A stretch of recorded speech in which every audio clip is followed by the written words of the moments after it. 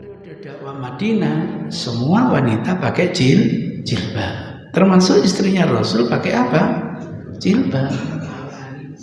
Sebelum turun ayat hijab. Akhirnya apa? Ketika pulang dari peperangan, saya lupa perang Hunain kalau nggak salah itu ya. Kok Aisyah tertinggal gara-gara anting-antingnya jatuh, kan gitu. Nah, malam hari kan Rasul tidak tahu apakah Aisyah sudah di atas atau belum.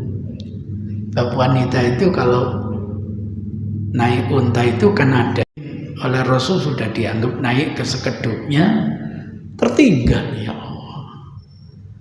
Nah kok akhirnya Sofwan datang, nah, melihat Aisyah usianya masih kecil loh Pak. Aisyah itu Pak dikawin oleh Rasul usia 9 tahun, dampingi Rasul 9 tahun. Berarti ketika Rasul wafat usianya baru 18 tahun Pak. Nah kalau peristiwa itu katakanlah 4 tahun sebelum wafat, baru 15 tahun atau 14 tahun. Sampean pas jalan-jalan ada cewek cantik imut-imut 14 tahun, ngomong apa sampean? Alhamdulillah, kan begitu. Ya mungkin Sofwan begitu Pak, baru didelok karena nggak pakai cadar ya Pak, belum ada ayat cadar. Cek kudungan dok, terkejut Pak. Ternyata wanita itu adalah Aisyah. Itulah hebatnya yang namanya jilbab. Kalau nggak jilbaban, kau tidol Pak, kesuwen gitu. Tanpa kata-kata Sofwan memberi isyarat supaya naik, kemudian Sofwan yang menuntun tali kekangnya. Baik tidak Sofwan itu Pak? Baik Pak. Tapi ketika sampai di kota, masyarakat itu kan yang dilihat bukan hatinya tetapi dohirnya. Salah enggak kalau sampean melihat begitu ternyata istrinya Rasul selingkuh? Salah enggak kira-kira? Enggak. Itu pernah saya alami. Saya waktu itu ngaji subuhan di Porong. Pas di depan rumah sakit itu diawi-awi bencong minta nunut gitu. Ya saya ikut, mari gitu. Masya Allah Pak Zainuddin main bencong tiba-tiba. Orang nggak salah Pak menilai begitu itu nggak salah. Karena pernah saya bonceng bencong gitu. Sampai di Tanggulangin itu saya bilang turun di mana? Gimana kalau langsung ke Tulangan ngomong hari Pak? Katanya di Jawa Tulangan katanya. Saya mau ngaji di Porong, ikut ngaji. Oh mboten kayak gelmudun ngono itu. Untung dia nggak nyambuk Pak. Waduh. Niat saya itu baik Pak.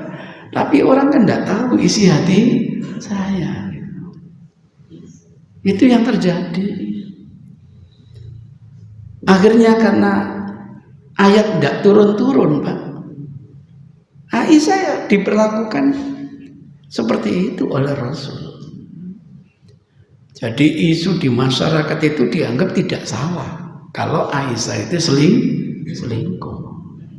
Nah Rasul itu kata Aisyah kalau sudah marah menencep kayak reco, nggak ngomong ya keliru, gak ngomong ya keliru, mendingan meneng. Nah itu yang saya teladani Pak. Kalau saya sudah marah sama istri menencep kayak reco, tiduran nggak sekasur, saya di bawahnya. Iya berdoa muka-muka lukur tak tangkep nari. Iya, mangkel Pak hati Pak. Ayat belum turun. Nah, sebagai istri diperlakukan suami seperti itu, sabar enggak Pak? Enggak sabar Pak. Itu sebabnya Aisyah bilang, pulangkan saja saya ke rumah orang tua. Itu lagunya wanita sejak dulu ya gitu itu. Dikit-dikit pulangkan saja ke rumah orang tua. Itu warisan dari Aisyah itu. Bariro dipanggil karena Bariro yang sejak kecil itu merawat Aisyah. Ditanya, hai Bariro, gimana kamu terhadap isu itu? Masya Allah, Bariro itu tahu karakternya Aisyah. Sungguh Aisyah itu orang baik. Tidak pernah dia neko-neko membuat yang namanya adonan sama saya. Andaikan mau dia bisa mencuri. Enggak pernah. Dia itu bukan karakternya Aisyah. Ya sudah, antarkan ke rumah orang tuanya. Sampai di rumah orang tuanya. Siapa orang tuanya? Abu Bakar As-Siddiq. Ya dimarah-marahi oleh Abu Bakar As-Siddiq. Ya apa sendok kan itu? Kurang apanya Nabi Muhammad itu? Gandeng enggak Nabi Muhammad? Wadeng, putih. Karakter api enggak? Nabi kurang apa nih? Tapi Aisyah kan enggak merasa berbuat. Apa sikapnya kalau dinasihati orang gitu itu? Dorak gitu, nangis. Wanita kan begitu ya, Pak ya. Enggak bisa jawab. Nangis. Sebulan baru turun pembebasan terhadap Aisyah. Karena Aisyah dianggap bebas, Bariro dipanggil lagi. Panggil Aisyah. Ternyata Aisyah sudah bebas dari segala tuduhan. Mau Aisyah? Tidak mau. Enak aja. Dia nggak akan pulang kalau nggak suaminya yang jemput. Ngono caranya jadi wong wedok itu. Iya, Rasul yang menjemput sendiri, man. Sampai di rumah itu Abu Bakar bilang, "Tuh suamimu sudah datang, biarin, suruh masuk." Ngono. Aisyah nggak tahu diapakno Rasul oleh Aisyah. Paling dinasihati ngono ya ngono, tapi aja ngono bae. Ya mangkel Pak, sebulan gak diwawu itu. Alhamdulillah setelah pulang Umar mulai interupsi gitu. Ya Rasul, istri panjenengan nanti itu akan banyak didatangi orang. Ada yang baik, ada yang buruk. Usul ya Rasul, gimana kalau antara istri panjenengan itu dengan kami ada yang namanya hijab, ada yang namanya tabir gitu. Turun firman Allah, wa idza sa'altumuhunna mata'an fas'aluhunna min wara'i hijab. Bangganya Umar bin Khattab, wafaqtu li rabbi, wafaqtu li rabbi. Gagasan saya sesuai dengan kehendak Allah. Sehingga ke depan kalau kita ke rumah Aisyah, ketuk dulu, utrukil bab, fasallim alaina. Assalamualaikum ya Aisyah. Waalaikumsalam. Ada jawaban. Ada suara tapi nggak ono apa? Rupa. Di balik apa? Tabir. Suaranya aurat atau tidak? Hah? Nah, kalau aurat jawabnya apa tulisan waalaikumsalam. Tidak dengan suara gitu. Saya mau tanya gimana akhlaknya Rasul, dijawab kana khuluqu Al-Qur'an. Pakai suara apa enggak? Pakai suara. Nah, kalau suara wanita aurat, dari mana kita bisa tahu sekian banyak hadis Aisyah, sekian banyak hadis Ummu Salamah? Itu ceritanya. Ini bukan hal yang pertama Aisyah yang namanya Umar bangga. Dulu ketika diajak haji sama Rasul, tawaf 7 keliling selesai, Umar interupsi. Gimana ya Rasul kalau kita sholat di makom Ibrahim? Turun firman Allah, wattakhidhu bimaqami Ibrahim musalla. Ayat ini walaupun turun di Makkah tetap namanya Madaniyah karena turunnya setelah peristiwa hijrah. Wafaqtu li Rabbi, bangga gagasannya itu sesuai dengan apa? Kehendak Allah. Nah, yang ketiga, mohon maaf, istrinya Rasul dulu itu kan modelnya geng-gengan gitu. Ada gengnya Aisyah, CS-nya itu Juwairiyah gitu. Nah, musuh bebuyutannya itu Ummu Salamah. Nah, Ummu Salamah kan bahenol ya Pak ya. Wah, ini yang dicemburui oleh Aisyah. Pernah Ummu Salamah itu membawakan piringnya dipecah ya. Cemburu ibu kamu. Karena cemburu, Aisyah cemburu. Nah, yang ketiga ini adalah sama Hafsah, putrinya Umar. Berapa kali Umar sudah ngasih nasihat itu. Kamu itu harus tahu diri, lain dengan Aisyah gitu. Kamu janda, Aisyah masih apa? Gadis dikawin Rasul. Akhirnya apa? Yang namanya Umar karena ada indikasi seperti itu, marah-marah kepada para istrinya Rasul. Sungguh kalau Allah mengendaki kalian semua dicerai oleh Rasul, kemudian Allah menggantikan yang terbaik daripada kalian, itu yang membuat Rasul sebulan berkhilwat tidak mau mendatangi para istrinya. Mau mendatangi para istrinya. Sampai ada bisik-bisik tetangga, Rasul telah menceraikan semua istrinya. Bisik-bisik tetangga. Lah Umar sedang menghadapi tentara Ghatafan. Datang kurir, ya Umar, peristiwa besar. Sudah datang pasukan Ghatafan? Bukan, ini lebih parah lagi gitu. Lebih parah apa? Rasul menceraikan seluruh istrinya, kan gitu. Langsung datang ke rumah Rasul, minta izin, tidak diizinkan oleh bawabnya, oleh satpamnya. Bos, informasi nggak boleh, nggak terima tamu. Tapi namanya Umar, suaranya guet.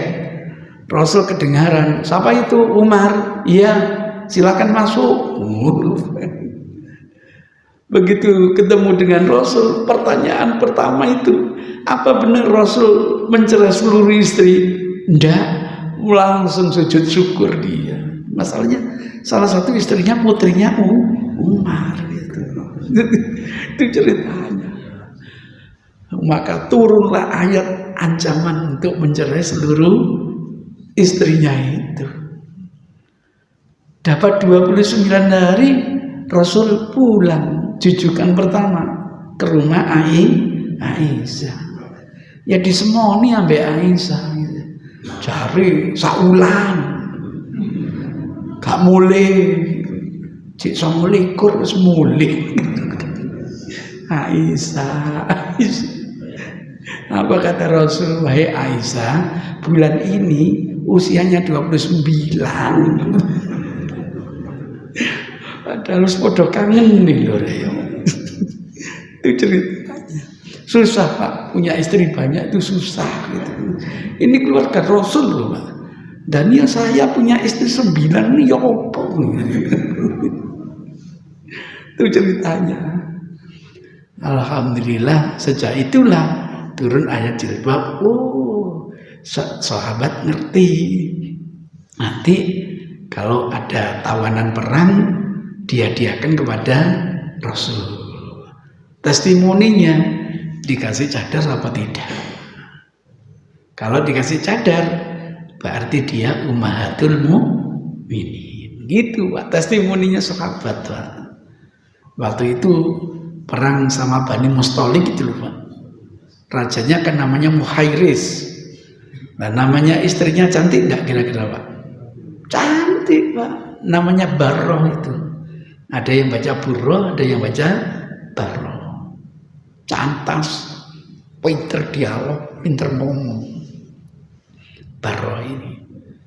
Begitu suaminya terbunuh, istrinya ditawan oleh sahabat, dihadiahkan kepada Rasul. Begitu mestinya. Jadi tolonglah bapak-bapak, kalau dapat yang cantik, aja dipek dewi. Kasihkan saya, gitu loh. Saya mau, cuma wani enggak. Itu yang masalah. Itu masalahnya di situ.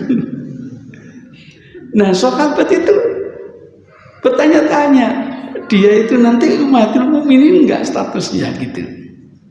Nah, ketika Barroh itu dikasih cadar, baru sahabat ngerti dia statusnya adalah umatul mukminin. Yang akhirnya oleh Rasul namanya diganti Juwairiyah itu. Nah, waktu perang lagi perang apa itu yang akhirnya dapat tawanan yang namanya Sofia itu. Sofia itu apa itu? Perang apa itu? Sofia ketangkap, dihadiahkan kepada Sofia binti Huyai ya. Sofia ketangkap, akhirnya ditawan, dikasihkan sama Rasul. Nah, para sahabat bertanya-tanya, apakah statusnya ummatul mukminin? Enggak. Kalau dikasih cadar, nanti dia statusnya ummatul mukminin. Itu testimoninya para sahabat. Untuk wanita yang lain nanti menggunakan surat An-Nur ayat 30 sampai 31. Ayat 30 itu nasihat kepada laki-laki supaya menjaga pandangan. Pandangan dari apa, Pak? Ya melihat, betul. Melihat apa, Pak? Wajah wanita. Itu namanya zina mata. Kalau melihat wajah wanita, berarti wanita itu pakai cadar enggak, Pak? Enggak. Kalau pakai cadar kan enggak ketahuan. Nah, itu namanya zina mata. Ayat berikutnya, alinea berikutnya, biar bisa menjaga kemaluan. Jadi zina mata, nanti zina faros, kan gitu. Pada ayat berikutnya, gantian perempuan mendapatkan nasihat dari Allah untuk menjaga apa? Pandangan. Dari apa? Melihat wajah laki-laki. Kalau gitu laki-laki pakai cadar enggak, Pak? Enggak. Kalau pakai cadar kan nggak bisa dilihat perempuan. Biar tidak terjadi zina apa? Faras. Pamungkasnya wala yubdina zinatahunna illa ma dhahara minha. Mereka tidak boleh menampakkan kecuali yang wajar ditampakkan. Ini pakai nalar tidak bisa. Harus pakai hadis. Karena hadisnya dhaif, menurut teman-teman tidak boleh. Kalau Anda tidak pakai hadis ini, pakai apa terus? Alhamdulillah hasil penelitian ternyata tidak dhaif, Pak. Layak digunakan. Andal mar'ata idza balagha mahid, kalau wanita sudah usia balik tidak boleh menampakkan kecuali ini dan ini, isyarat wajah dan telapak tangan. Itu pamungkasnya di situ. Monggo, yang lain? Yang pakai cadarnya itu. Kenapa? Boleh dilihat nanti pakai cadar. Kenapa? Hukum yang pakai cadar itu berarti Ya enggak apa-apa, Pak. Enggak apa-apa pakai cadar. Cuma hukumnya untuk istrinya Rasul berbeda untuk yang lain. Enggak apa-apa, Pak. Yang kita khawatirkan itu ada termasuk yang saya enggak tahu pernah cerita enggak di sini. Jadi saya ini punya mahasiswi calon doktor, selalu kuliah itu pakai cadar, gitu loh. Ya saya bilang, Mbak, ndak ongkep Ustaz. Ngono. Lah tahu ongkep kenapa nggak dibuka? Wajib Ustaz. Oh, kalau dia menghukumi wajib, pantas saya tanya sebagai orang calon dokter, ya saya tanya dalilnya apa.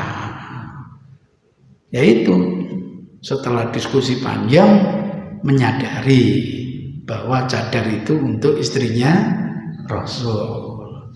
Dia pakai cadar boleh, tapi hukumnya tidak sama dengan istrinya Rasul. Dibuka Pak, cantik Pak. Iya betul Pak.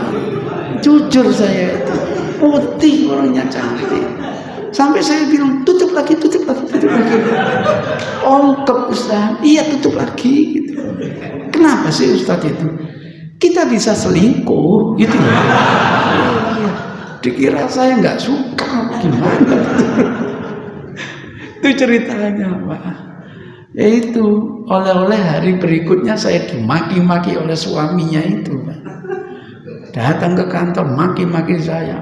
Gara-gara Ustaz, istri saya tidak lagi pakai cadar. Sudah belum. Untuk apa sekolah sampai tinggi-tinggi? Kalau sudah belum. Lanjut. Dari kali ini kan macam-macam sudah. Wudu. Apa Ustaz? Saya teriak. Wudu. Gitu. Dikira saya nggak bisa marah. Bisa saya marah. Wudu dia. Setelah itu salaman dulu. Silakan duduk. Apa masalahnya? Istri saya sekarang tidak mau pakai cadar Ustaz. Kenapa? Ya itu, saya suruh tanya langsung sampean. Pinter istri sampean. Sampean tanya dia, sampean nggak percaya. Yang bagus itu tanya langsung, mana istrinya? Di luar, panggil.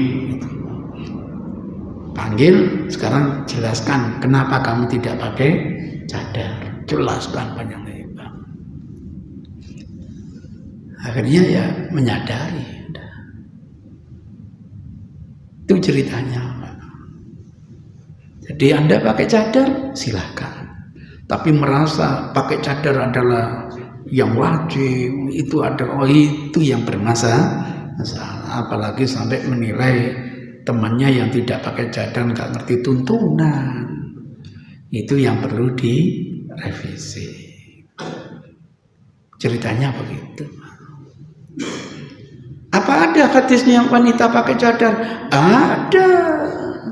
Kalau kita baca hadis misalnya, kalau kami sholat, kami tidak lagi boleh pakai cadar. Kan gitu ya. Berarti kalau nggak sholat boleh enggak Pak? Boleh.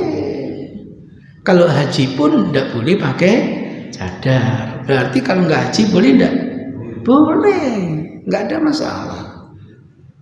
Saya sejak dulu Pak menginginkan istri saya pakai cadar. Pingin saya. Kenapa? Lumayan, gak usah pupuran, gak usah apa. Yang paling penting itu apa? Kalau dia cantik kan gak jadi fitnah. Kalau orangnya jelek juga gak jadi fitnah. Itu ceritanya. Begitu saya tawarkan anak saya yang teriak-teriak, nggak usah. Kenapa nggak usah? Tuh istrinya para teroris itu cadaran semua ngono hari. Subhanallah, korban televisi. Tuh batakno apa? Ada pegawai negeri kena korupsi, cadaran bisa mati ya Allah. Jadi sing koruptor wanita itu cadaran dibayar. Kan enak nggak kelihatan wajahnya. Istri sampean sudah pakai cadar Pak? Sampean suruh. Baik gelem. Itu ceritanya. Jadi monggo yang enjoy dengan cadar monggo, gak kena debu, gak kena ampas. Enak Pak, nggak usah pakai anting-anting, gak pakai apa.